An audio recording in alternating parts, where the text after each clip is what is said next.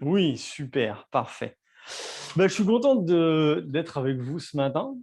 J'espère que vous avez pu passer un bon moment de louange à Hénouville, du coup, parce que ce n'est pas à C'est pas ça. Saint-Pierre, en l'occurrence. Et vous, Ville? Hénouve. Donc, on va prendre, comme disait Gilton sur le petit message de ce matin, la suite de ce qu'on a vu la semaine dernière. Alors, je rappelle rapidement, la semaine dernière, on a parlé un peu du Jardin d'Éden. À la base, on devait parler du travail, et puis finalement, c'était mieux de parler du Jardin d'Éden. Aujourd'hui, ça va être un peu pareil. Et du coup, j'avais intitulé mon message « Le travail, la chute et la malédiction » pour ce matin. Donc, finalement, le travail, comme la dernière fois, on ne va pas en parler beaucoup. La semaine dernière, on a vu que l'homme a été placé dans le Jardin d'Éden pour participer à la création de Dieu. Je n'ai pas sorti ma Bible. Et que dans ce jardin, il y avait toutes sortes de bonnes choses qui étaient là pour l'homme, d'une certaine façon, de la part de Dieu. On a vu que dans le jardin, il y avait donc l'homme et Dieu. Et on pourrait se poser la question, on sait que on n'est pas resté au jardin. On sait qu'il y a eu la chute. Et on pourrait se poser, comment on a fait pour en arriver là?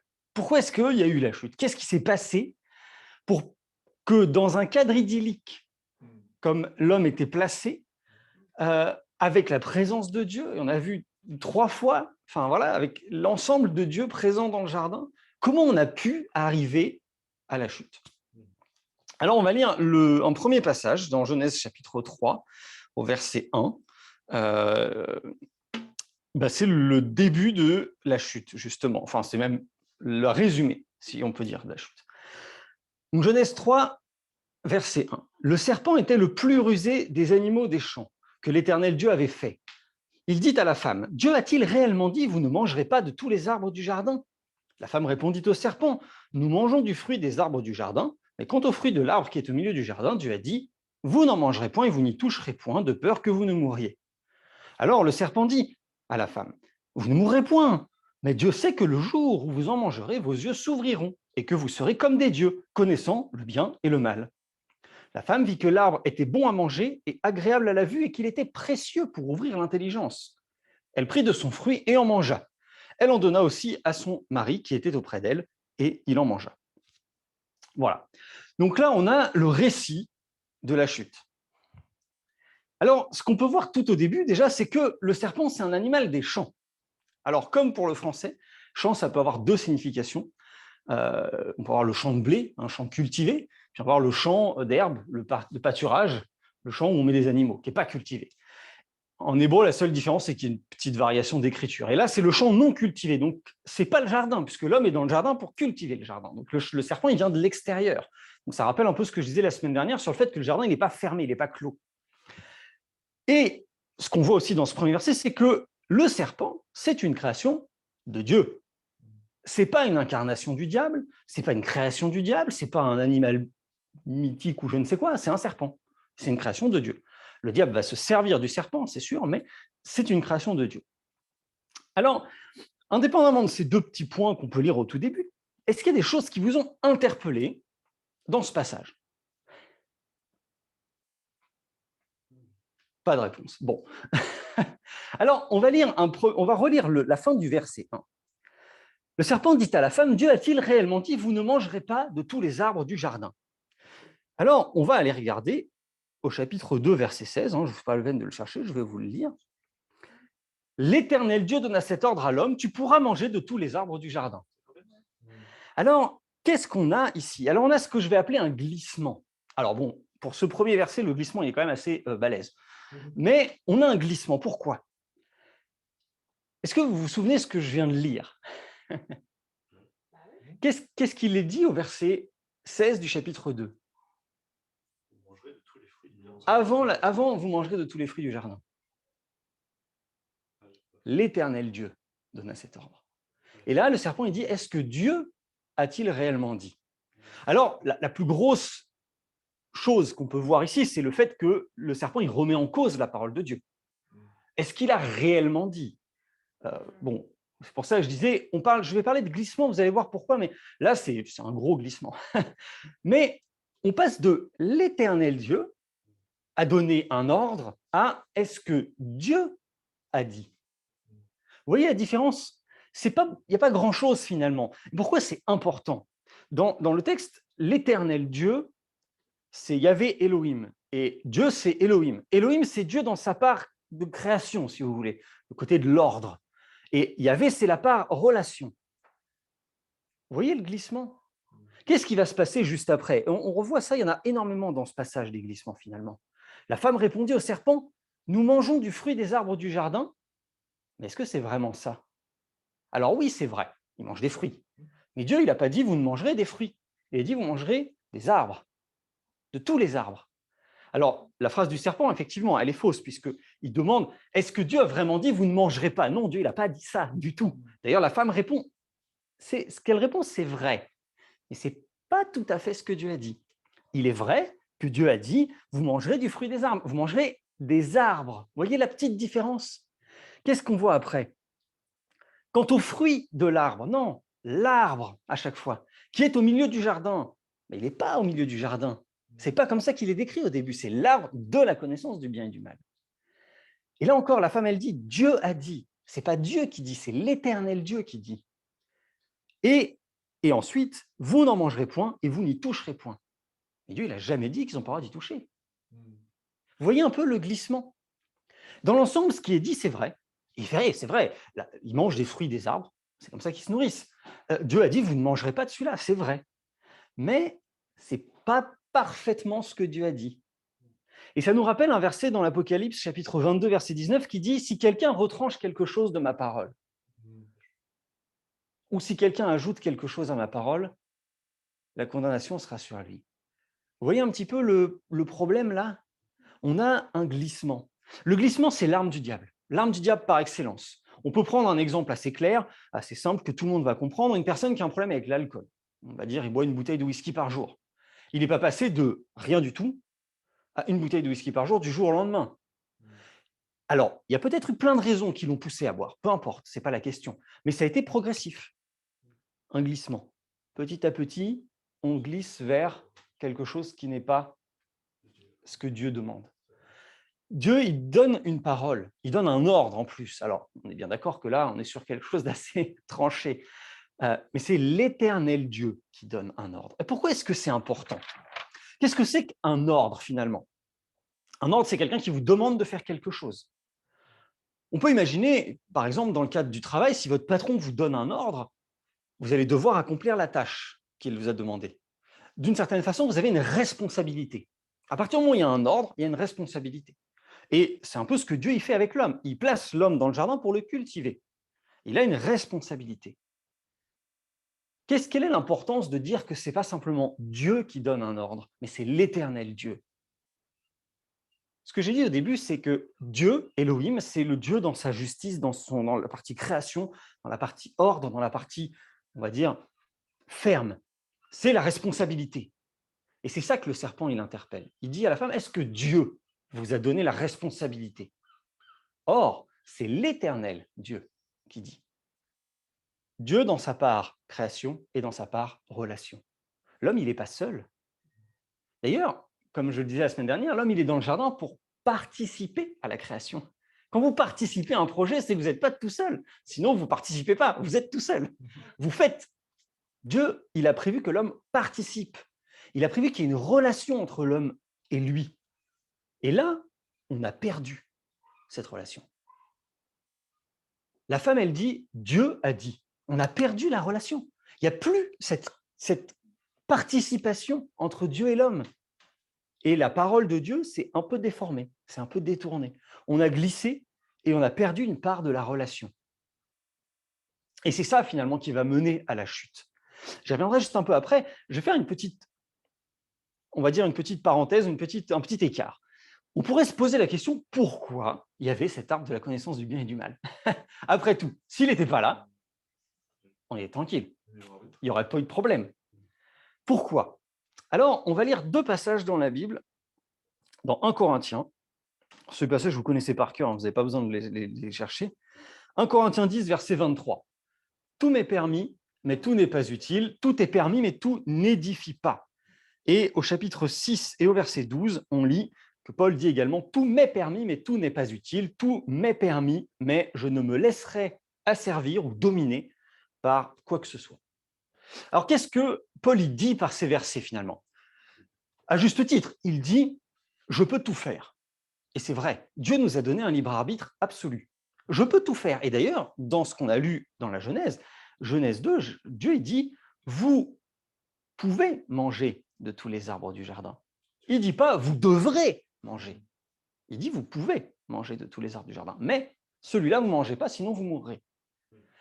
Dieu il nous donne un libre arbitre parfait, et c'est ce que Paul nous dit, je peux tout faire, mais je n'ai pas le droit de me faire du mal. C'est d'une manière assez connue, et c'est même d'ailleurs ce que Dieu dit, vous êtes le temple du Saint-Esprit, vous devez prendre soin de votre corps, vous n'avez pas le droit de vous faire du mal. Et puis Jésus il dit aussi, aimez votre prochain comme vous-même. Donc je peux tout faire, mais je ne peux pas faire du mal aux autres. Et puis Paul précise, je peux tout faire, mais je n'ai pas le droit de me laisser asservir ou dominer par quelque chose. Je dirais que c'est un peu là les seules restrictions que Dieu donne. Je peux tout faire, mais je ne peux pas me faire du mal, je ne peux pas faire du mal aux autres et je ne peux pas me laisser asservir. Alors, on pourrait dire par exemple qu'il y a certaines choses du monde actuel qui ne sont pas écrites dans la Bible. Par exemple, la cigarette. Là, on vient de lire que la cigarette, c'est interdit, concrètement. On sait que c'est quelque chose qui est nocif pour la santé. On sait que si on fume en permanence à côté de quelqu'un, lui aussi, c'est nocif pour sa santé. Et en plus, c'est une drogue puisqu'il y a une dépendance. Donc, on est asservi à quelque chose. Voilà. Alors, c'est un exemple. Hein. On peut... Il y a les trois. Donc là, on est vraiment pas bon. Mais voilà, après, c'est un peu le global. Mais on peut trouver ça pour tout. Et finalement, on comprend beaucoup mieux quand Paul il dit qu'il ne faut pas faire d'excès de table ou de boisson. Dieu, il ne dit pas, vous n'avez pas le droit de boire. Il ne dit pas, vous n'avez pas le droit de manger. Au contraire, profitez de tout. Mais attention, pas d'excès. Pourquoi? Alors, on peut imaginer que l'excès, c'est parce que ça peut me faire du mal. C'est connu maintenant, et on pense qu'à l'époque de Paul, l'infarctus, il ne connaissait pas, mais on sait maintenant que si on mange mal, on risque quelque chose pour notre santé. On sait que si on consomme beaucoup d'alcool, on risque quelque chose pour notre santé. On sait que si on fait du sport à l'excès, on risque pour notre santé, etc., etc. Dieu ne nous dit pas, vous n'avez pas le droit de faire des choses. Au contraire, il nous dit, profitez, mais attention. Vous n'avez pas le droit de vous faire du mal, vous n'avez pas le droit de faire du mal aux autres et ne vous laissez pas asservir. Ne vous laissez pas dominer par quelque chose qui prendrait le pas sur lui, finalement. Donc, pourquoi est-ce que je dis que Dieu il nous dit profiter? Dans Nombre chapitre 6, on ne va pas le lire, il est question du naziréat. Le naziréat, c'était pour les Hébreux à l'époque une consécration à l'Éternel. L'homme choisissait de se consacrer à Dieu pendant un certain temps. Et pendant toute cette durée, il avait des règles à respecter, des règles qui finalement étaient très simples. Il n'avait pas le droit de manger de raisin, il n'avait pas le droit de boire de vin, il n'avait pas le droit de se couper les cheveux, et il n'avait pas le droit de toucher un mort. C'est pas très dur. Il faut admettre que quand même, c'est pas très compliqué comme règle. Il y avait même une règle qui disait que si par malheur quelqu'un mourait spontanément à côté de lui, il recommençait son temps à zéro. Voilà, c'est comme ça. C'est un temps de consécration à l'Éternel. Et à la fin de ce temps de consécration, il y avait 3 sacrifices à faire, obligatoires, qui étaient spécifiquement liés à ce temps de consécration. Il n'était pas exempt des autres sacrifices qui étaient prévus par la loi de Moïse. Un sacrifice d'holocauste, donc d'adoration à Dieu, un sacrifice d'action de grâce, de remerciement, et un sacrifice d'expiation. Un sacrifice de pardon des péchés, qui n'était pas le sacrifice de pardon des péchés des autres. Tous les autres, en cas de péché, ils devaient faire les sacrifices. Mais c'était spécifiquement à cause du naziréat qu'ils devaient demander pardon à Dieu. À votre avis, pourquoi?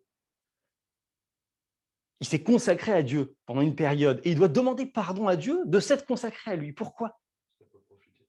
Exactement. Parce qu'il s'est privé de la jouissance de ce que Dieu donne. Il s'est privé volontairement de ce que Dieu donne à l'homme et donc il va lui demander pardon. Dieu, il ne met pas Adam dans le jardin d'Éden en disant « tu vas faire que travailler et tu auras le droit de manger que ça ». Non, il met Adam dans le jardin et il dit « profite ». C'est pour ça que je disais la semaine dernière, les arbres sont beaux. Voilà, admire, profite. Il y a un amour de Dieu pour l'homme qui fait qu'il nous donne des choses et qu'il nous dit « profite, profite ». Mais attention, il y a quelques restrictions. Tu n'as pas de limite dans ce que tu as le droit de faire, mais ne te fais pas de mal, ne fais pas de mal aux autres et ne te laisse pas asservir. Dieu, il dit, tu peux manger de tous les arbres du jardin. Comme je dis, ce n'est pas tu dois manger, c'est tu peux manger. On pourrait même dire que Dieu nous laisse le choix de nos préférences, nos goûts. Ah, celui-là, il est joli, je vais le prendre. Ah, celui-là, bon, ça ne m'intéresse pas. On peut dire ça, en fait, finalement. Il n'y a pas de restriction. Et Dieu ne dit pas tu dois manger de tous. Non, tu peux manger de tout. Mais attention, si tu manges de cet arbre-là, tu mourras.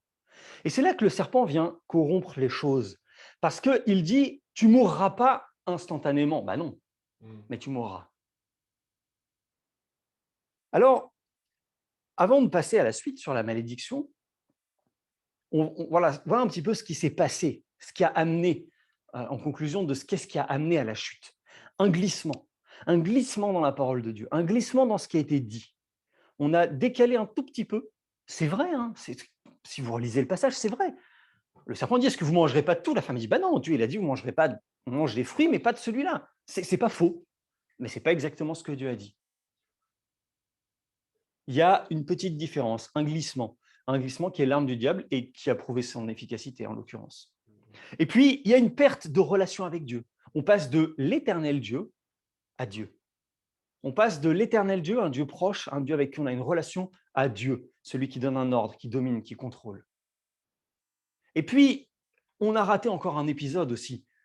Il y a un échec sur le fait de veiller. L'homme a raté complètement son job. On pense souvent que l'homme, il n'est pas là. C'est marqué clairement. Hein.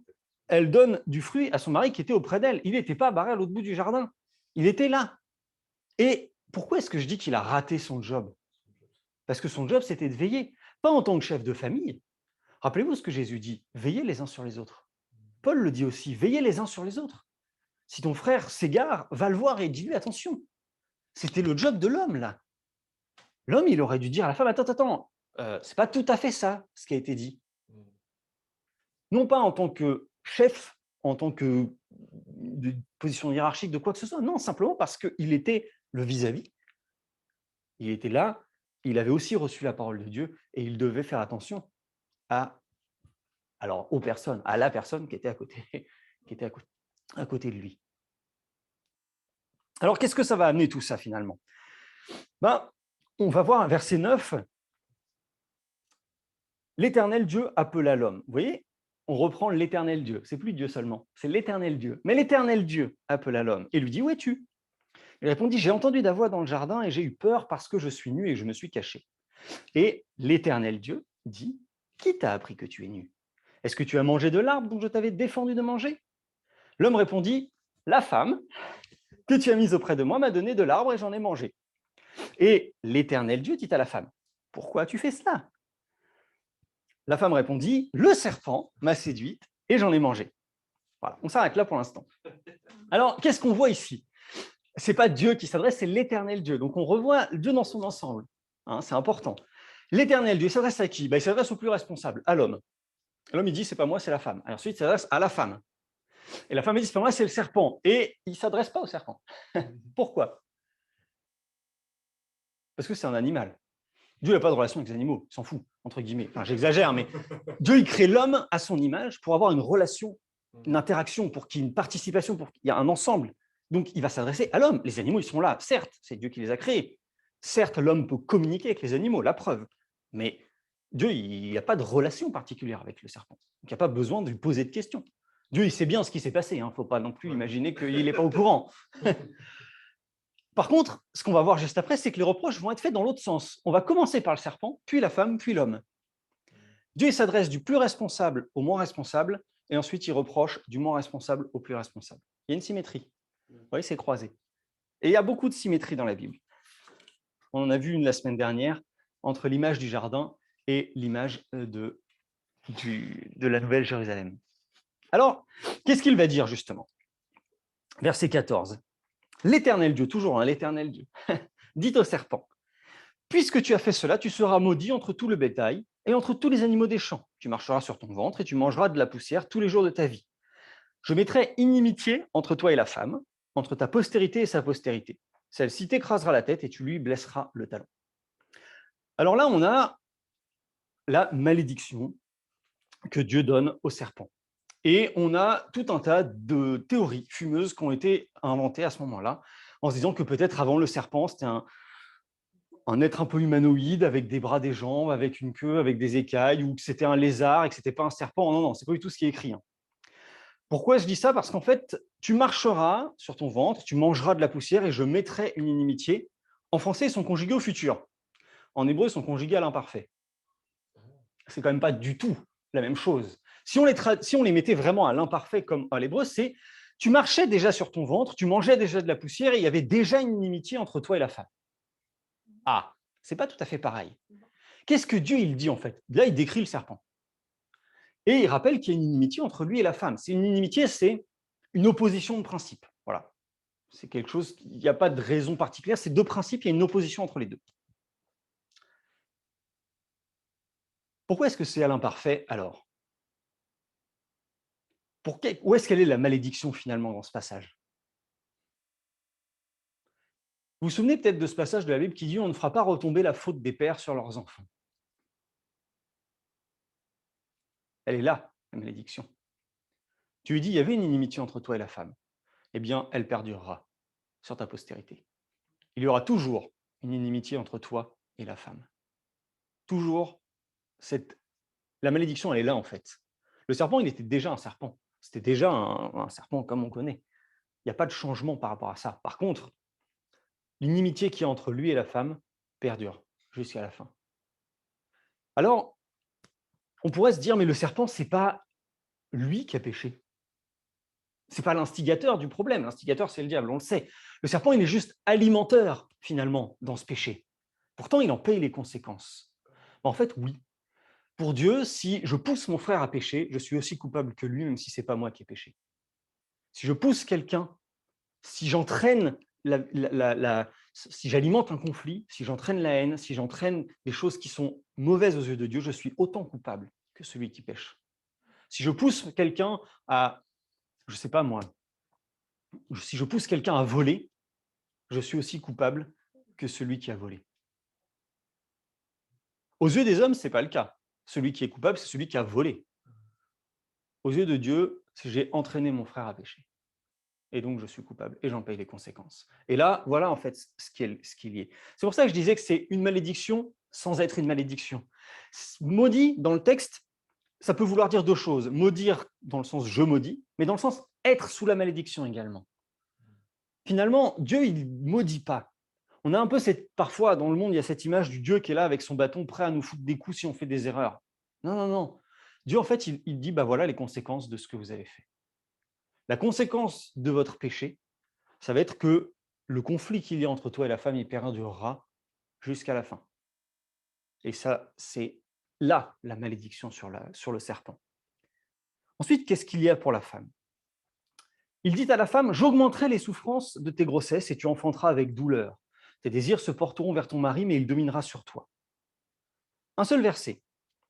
Alors, c'est un peu perturbant ce passage. Là aussi, on a l'impression que Dieu il dit, bah tiens, pour la peine, blam, punition. Non. Avant la chute, il n'y a pas de douleur. Il n'y a pas de souffrance. Ça n'existe pas. Avant la chute, il n'y a pas eu d'enfant non plus d'ailleurs, à ce propos. Pourtant, quand Dieu crée le monde, il dit à l'homme, multipliez-vous et recouvrez la surface de la terre. Donc, c'est qu'il y avait prévu qu'il y ait des enfants à un moment ou à un autre.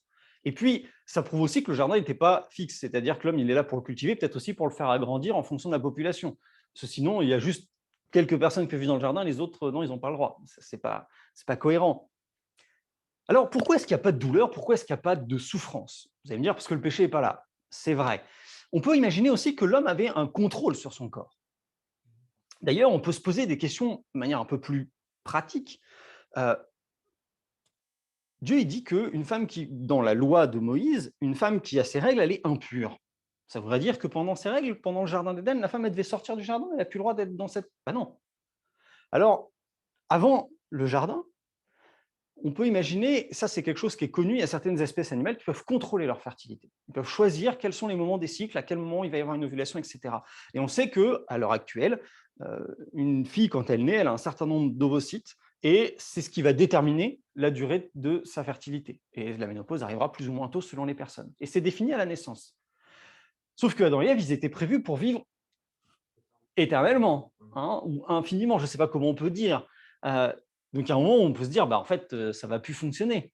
ça ne va pas le faire. Sauf si justement, il y a un contrôle et que la femme peut choisir. Avant la chute, il n'y a pas de douleur. Avant la chute, il n'y a pas de cycle. Avant la chute, il n'y a pas de perte de sang. Il n'y a pas de souffrance.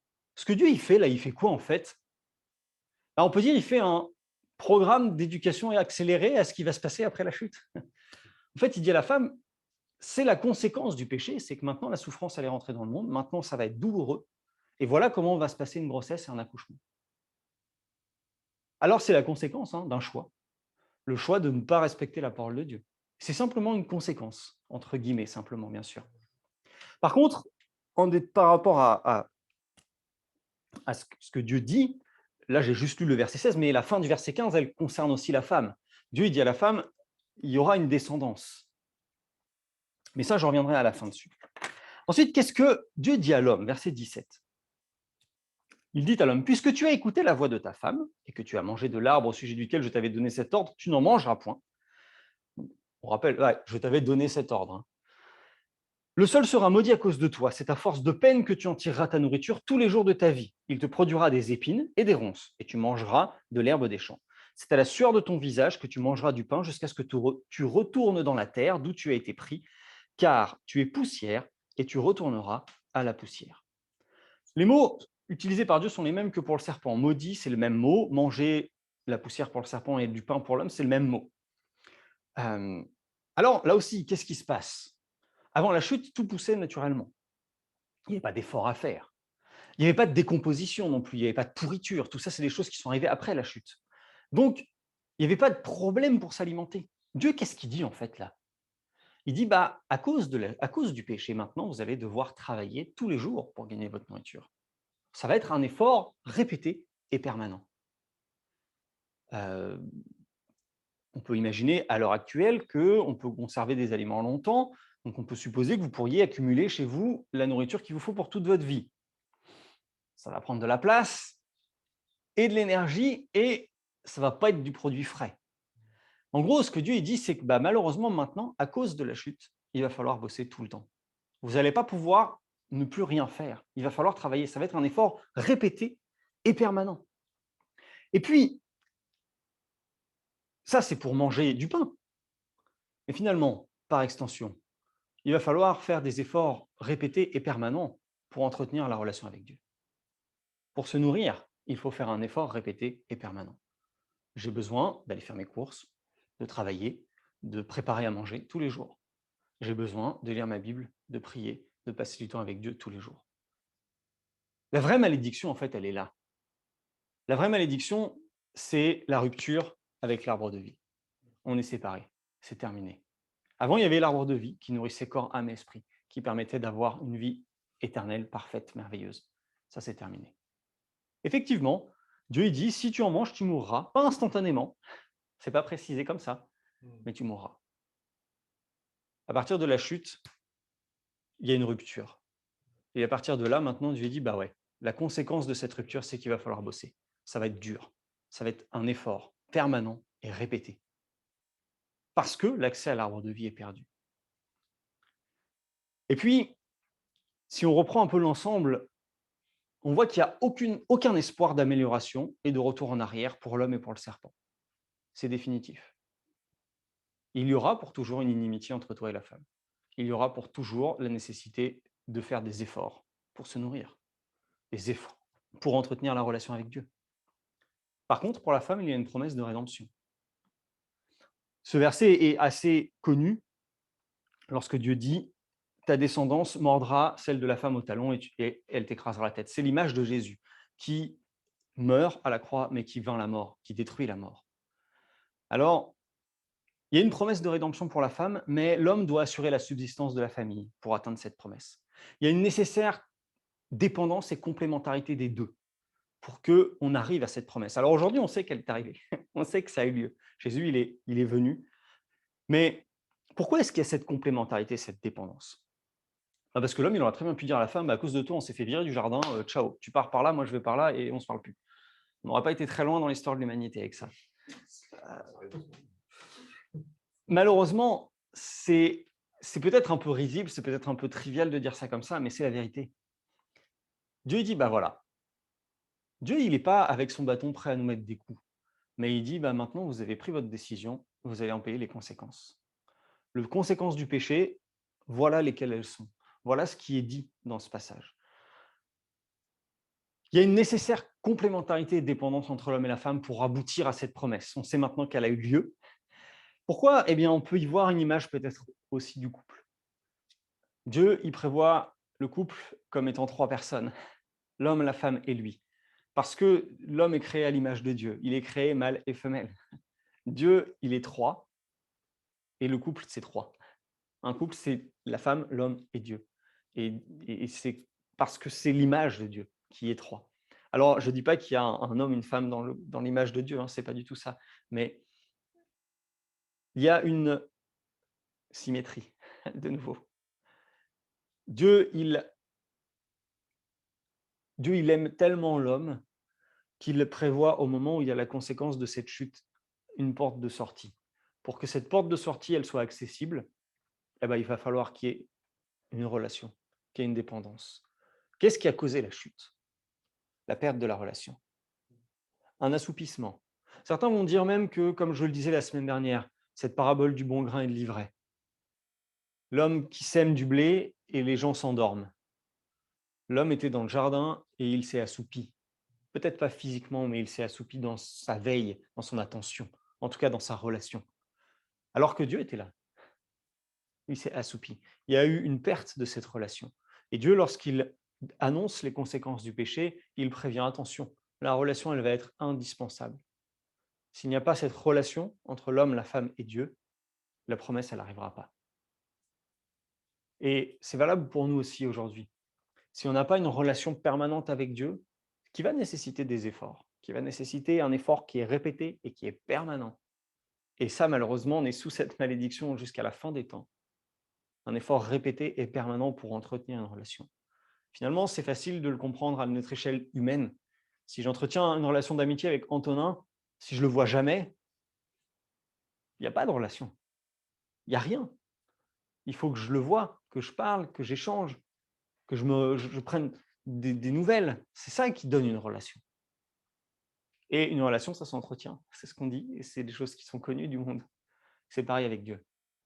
Si je veux garder un lien avec mon Dieu, si je veux nourrir mon âme, et je vous renvoie à ce que j'ai dit la semaine dernière, si je veux nourrir mon âme de Dieu, eh ben, ça va nécessiter un effort répété et permanent. Voilà un petit peu ce qu'on peut apprendre de cette histoire de la Bible, ce passage. Histoire au sens vérité, c'est l'histoire, pas une histoire. Voilà ce qui s'est passé. Alors, on a eu l'accomplissement de la promesse que Dieu a donnée. Et c'est un sujet de réjouissance. Mais en attendant le retour de Jésus, il va falloir continuer à faire des efforts pour manger, pour nourrir notre corps, pour en prendre soin et pour entretenir notre relation avec Dieu. Que Dieu vous bénisse. Bon dimanche.